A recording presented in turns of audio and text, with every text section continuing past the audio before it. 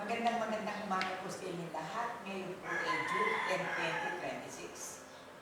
Ito na naman po muli ang aking pagdalaw para po kayo ay muli makausap sa pamamagitan ng Facebook. Ang aking pong pagpapaliwanag ngayon lalo sa mga senior citizen, ito po ang iingatan nyo. Yung po bang hingal? Yung po bang minamanas? Yung po ba sumasakit ang balakang? Sumasakit ang paglakad? Kaya po, ang tanging ko pong masasabi sa inyo, kung kayo po may edad na, huwag po kayo magpapawala ng langis na ganito, maglangis na sa kayo, o lima, ito po ay makabubuti. Ang pag-inom naman po ng langis, 3 beses lang kayo iinom, 5, 3 araw. Wala naman ang tiyan nyo. Pagkatapos nyo, ipapalo up nyo ng tubig. Ibig sabihin po na pag po kayo umiinom ng langis, yung pong bacteria, yung pong dumi sa loob ng inyong katawan, lalabas po yun, yung mga alimuong sa loob. Pagkatapos po, ito po ang nire-recommenda ko sa inyo. Kung po bang may matutupan lang kayo, ito po. Kung sakali man po na nakikinig kayo kay Mother Pauline sa pamagitan ng labatiba, ito po, nakabubuti po ito, hindi po ito nakasasama. Pagkus po, ang naiiwasan nito yung cotton, yung sa bato, hindi ba yung madadialysis sa abdo. Kaya kung sakali man po at kayo susunod sa akin sa pamamagitan nito, maganda po ang inyong mapapala. Hindi po basta-basta lagi kayo na hospital. Hindi po basta na doon na lang kayo aasa sa hospital. Kinakailangan din po nun. Susunod din po kayo, susubaybay kayo, lalo na yung mga senior citizen. Siyempre, ngayon parang lalako sa inyo ang ganyang karamdaman, hindi ninyo malaman. Kaya ako po naririto at ako po'y nangihinayang sa inyong hirap na buhay na hindi po dapat ay agad ay puro hospital. Nakita niyo naman po napakahirap. Pag inumpisahan po kayo hospital, tuloy-tuloy po yun. Kinakailangan po maraming tayong budget. Kahit na po maraming budget, hindi naman po matutultulan kung ano yun. Pero pag kayo pinaglilinis ng inyong bituka, maganda po magiging resulta. Marami po kayo naiiwasan. Hindi niyo po mararanasan ang mabutas ang colon. Kasi po yan natitigtig, naiipon, hindi lumalabas. Lalo na po yung mahinang uminom ng tubig. Kaya po ang aking pong bigay ngayon sa araw ng June 10, 2026. Mga kapatid, lakasan nyo inom ng tubig, maging normal kayo. Kung sakali matamad kayo uminom, sana ngayon magsipag na kayo. Mahirap mga pa. Mahirap maiwanan ninyo yung mga pamilya ninyo. Yung buhay kayo ginagaw niya, yung pong mawala kayo, tsaka kawawa. Hindi nila malaman kung saan sila totoo. Mahirap maiwanan. Ang akin naman po, sa akin naman pong ginagampanan, itong aking lugar, St. Joseph Chapel, Barangay Tagalito, Bulacan, ang aking pong pagpapayo ay dugtong buhay. Kaya po kung kayo may paniniwala, paminsan-minsan kung makikinig kayo at nanonood kayo, meron po kayong matutunan. Ang pagtuturo ko pong ito ay tunay naman mahiwagan. Marami po akong natutulungan sa pamamagitan ng kanilang pananalig. Yun lang pong pag-inom ng tubig, malaki na eh. Pangalawa, huwag kayo masyadong matakaw. Huwag kayo masyadong kain ng may mantika. Lalo kung may edad na kayo. Ilalagay niyo po na medyo magiging tasado. Hindi yung kung kakain man eh, huwag po masyadong busog na busog. Itanong niyo po sa akin kung bakit. Kasi po, yung inyong puso nabibira. Kaya po nagkakaroon ng double stomach. Kaya po itong umaga nito, ang aking paliwanag, may pasyente po ako. Nanggaling pa po sa Masiki, Pangasinan. Umaga-umaga po naririto. Kaya po ito, tutultulan po natin kung ano ang kanilang karamdaman. At naniniwala po ako sa pamagitan ng hiwaga ng Panginoon ay matutulungan natin siya. Na ang Diyos po ang kausap niya rito. Ang aking pong pagpapaliwanag, araw-araw hindi po ako nagsasawa. Itanong niyo po sa akin kung bakit. Bakit po ako magsasawa? Kapag po ako nakakasubaybay sa mga tao, di po ba? Marami po matutulungan na hindi ba hospital, nakakaroon po sila ng isip. Kagaya po nung halimbawa, yung pag-inom ng dahon kaya mga kapatid. Kinakailangan gawin yung bisyo ito kasi nadadaanan yung inyong bato, nakalilinis po ito. Kaya kung ano man yung mga dahon-dahon ninyo, hindi po makasasama. Kaya ang aking pong paliwanag sa araw na ito, pangalagaan po natin ang ating katawan. Number 1 po, yung ating pong mga gilagid. yung pong ating mga dila. Ha? Kinakailangan po na hindi natin basta pababayaan. Hindi po natin maiiwasan na hindi tumanda. Pero po, kapag medyo nag-ingat tayo, meron po tayong mapapala. Kaya po mga ka-senior citizen, mababae o lalaki, nananawagan ako sa inyo na ayusin pa natin ang ating buhay. Huwag tayong bibigay agad. Ha? Gagampanan na tayo ay mahaba pa ang ating buhay. Basta po ang ating panatilihin ang ating hirap na buhay hindi natin pababayaan. Ngayon, kung talagang oras na natin ang tayo ay putulan na ng buhay at kuhanin na tayo, anihin na tayo. Ako po ang magsasabi sa inyo, ang kahalintunan natin ay parang mangga. Pag suko na sa gulang, malalagpag na yan. Wala na pong gawin. Pangungulunod na. Kalamansi po, sariwa-sariwa, may schedule din po yun. Pag nahinog po, bagsak na rin sa lupa. Ganon din po ang tao. Kaya ang tangi ko masasabi sa mga tao, mahalin natin ang ating buhay. Saka sana po buhat ngayon na ako'y naririnig ninyo. Ang lahat po sana pag-aaralan natin. 10 beses po natin iisipin ang ating gagawin, baka po tayo magkamali. Napakahirap po ng gawang managot, magkamali. Siyempre po yan, kung nakaakdaman po yan, kung maka-iiwas po tayo, maiiwasan pa natin. Iiwasan po natin yung dinya na hindi karapat-dapat. Kagaya po nung halimbawa mo na agawan sa lupa. Mga kapatid, huwag kayo basta-basta matatakot na kayo ihahabla. Makikita ang tunay na pag may-ari ng lupa. Kaya kung sakali man na kayo, huwag kayong masisindakin, batas tayo. Kaya nga lang po, ayon sa lupa, masyado po matagal, 15 taon bago nyo makobra ang inyong tagupan. Pero magkaganon pa man po, lagi po tayo magsasabuti sa ating Panginoon.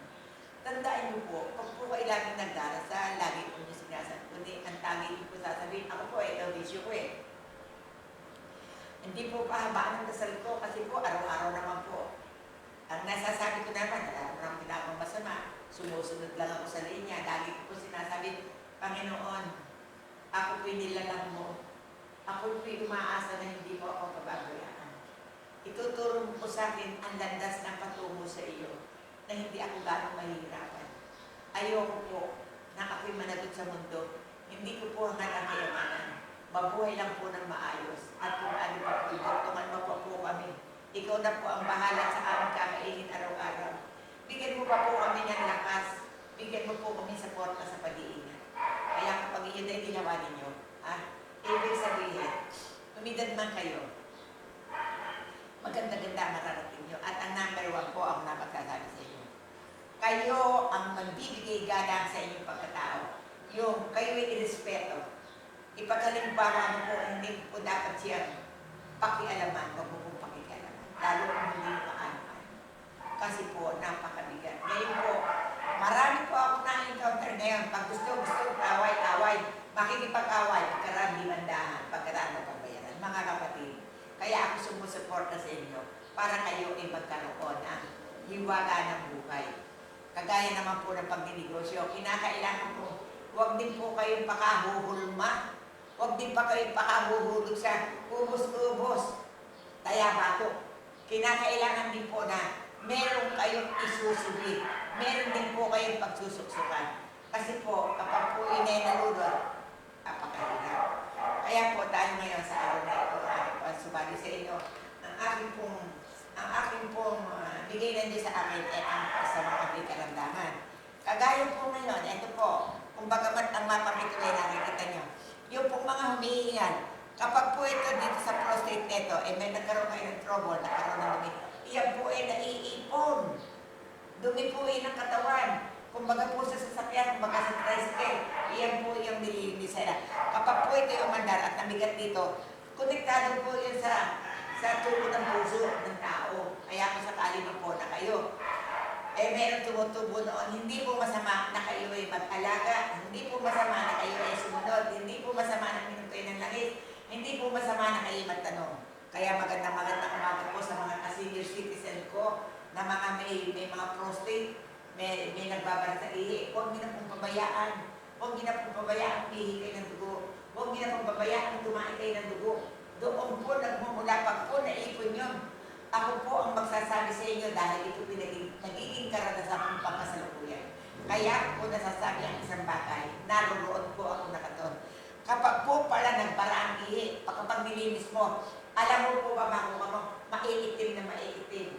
Kaya po kung sakali man na nagbabara ang ihi nyo, huwag kayo masyadong matatakot. Uminom po kayo ng sabaw ng niyog. Uminom po kayo ng gata ng niyog. Kapag po umandar yung 4 na beses kayo, araw-araw uminom kayo ng kalahati-kalahating niyog, gatain nyo, tapos inimin. Yung po mga namumuo dito, mga bakterya, mga kapatid, ayos pa po yan. Sinasabi ko, kinakailangan po yung mga lahat ng alimuong dito na nai-imper na. Pag po kayo nagtaay, basta po laban kayo. Ha? Ang dami ko pong masasabi, huwag kayo matatakot. Kasi ininom kayo na pagpapagdamog doon sa mga laso na nasa loob. Kaya ang makikita po, ngayon may naturo na naman po ako sa inyo, yung pong gata ng niyog. 4 na beses po kayo nakabyak. Tandaan niyo po, magtatay po. Tsaka yun po sa bayan ng dakabiyakan. Ang akin lang po sinasabi sa inyo para maiwasan nyo, huwag po kayong makateter. Huwag po kayong tumain ng dugo. Kasi po yung pinakapito, ito po, paliwanag ko po sa inyo ha, yung po pinakapito sa daanan ng dumilang, iyan po, nabuburitsil, nabibira po yan. Kaya iyan po, tumatay ng dugo. Kaya nananawagan ako, hindi lahat ng tumatay ng dugo cancer, mga kapatid. Hindi yung tumain na kayo ng dugo kinabahan na kayo. Bigay nyo lakas ng loob. Nagdadasal kayo kung hanggang doon lang ang buhay nyo.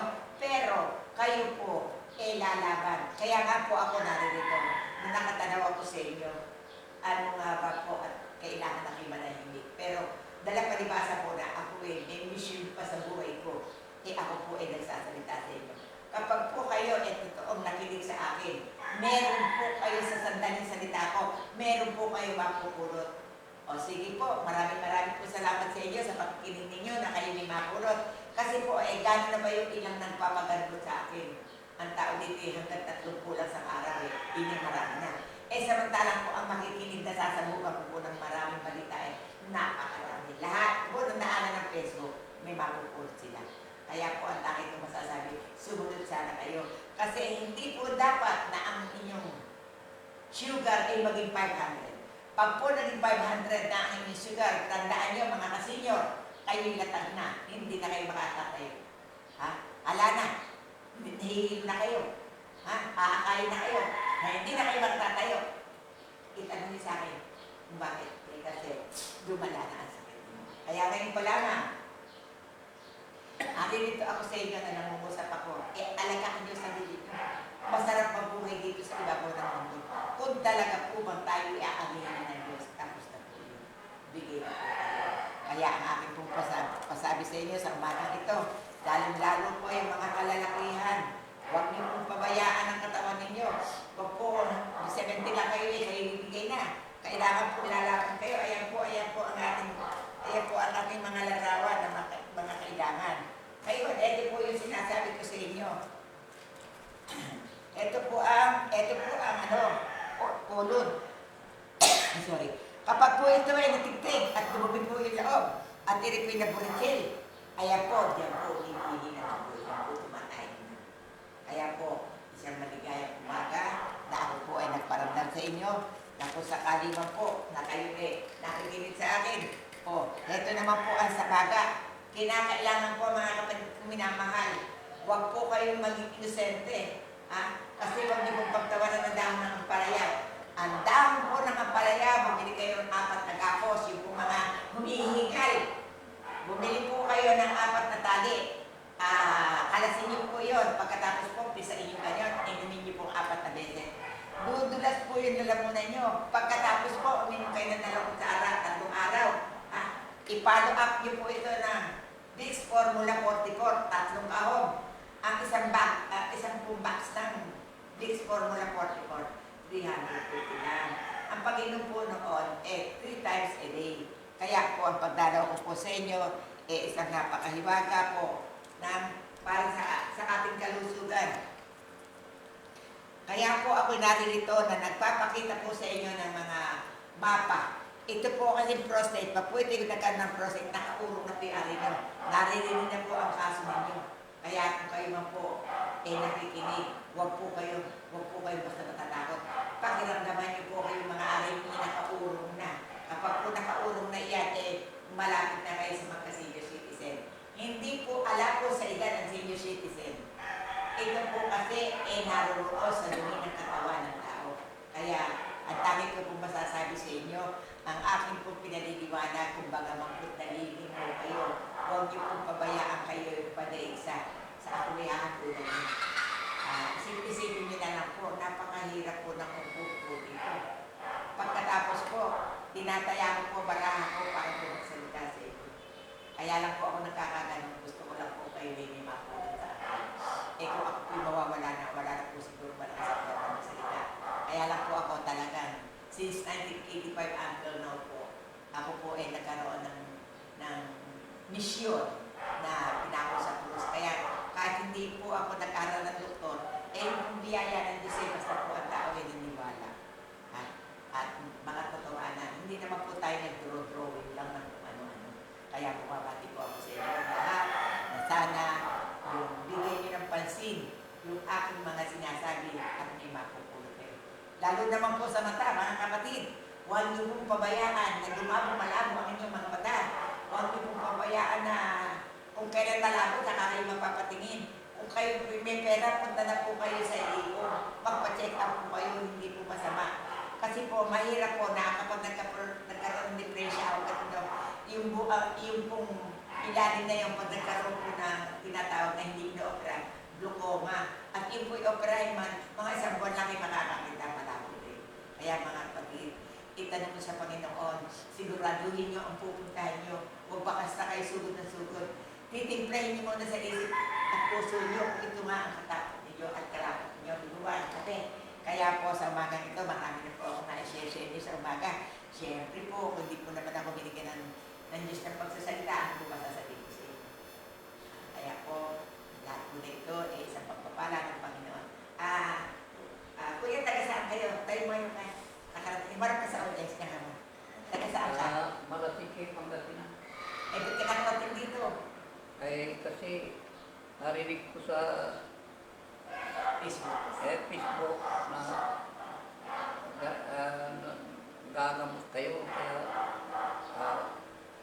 pinuntahan ko kayo rito kahit na malayo ako para kung sakaling magamot ako, nagpapasalamat ako sa inyo. Ate, nunod kayo ba ng Facebook ko? Ano masasabi ko? Okay ba? Kaya po, Marami po kayong nagagamot, nakikita ko po. Kaya sabi ko, sasawa po itong panang paggamot dahil para matanggal yung sakit niya. Kaya po kami ay may dasal ngayon sa mga nakakarinig. Mahal na Panginoon, sana po sa araw na ito, June 10, 2026, basbasan mo po ang mga gagawin ko. Pangunahan mo po ako. Wala pong aakapitin. Ito po inaasahan namin. Ako naman ay gagawin ko bigyan dapat gawin. Bahala na po kayo sa amin. Matawad po. Hindi pa man po nagbibigay galang po kami sa inyo lahat. Kasi humingi po kami na pahintulit sa inyo, mahal na Panginoon. Kayo na po ang bahala. God bless po to everybody. Amen.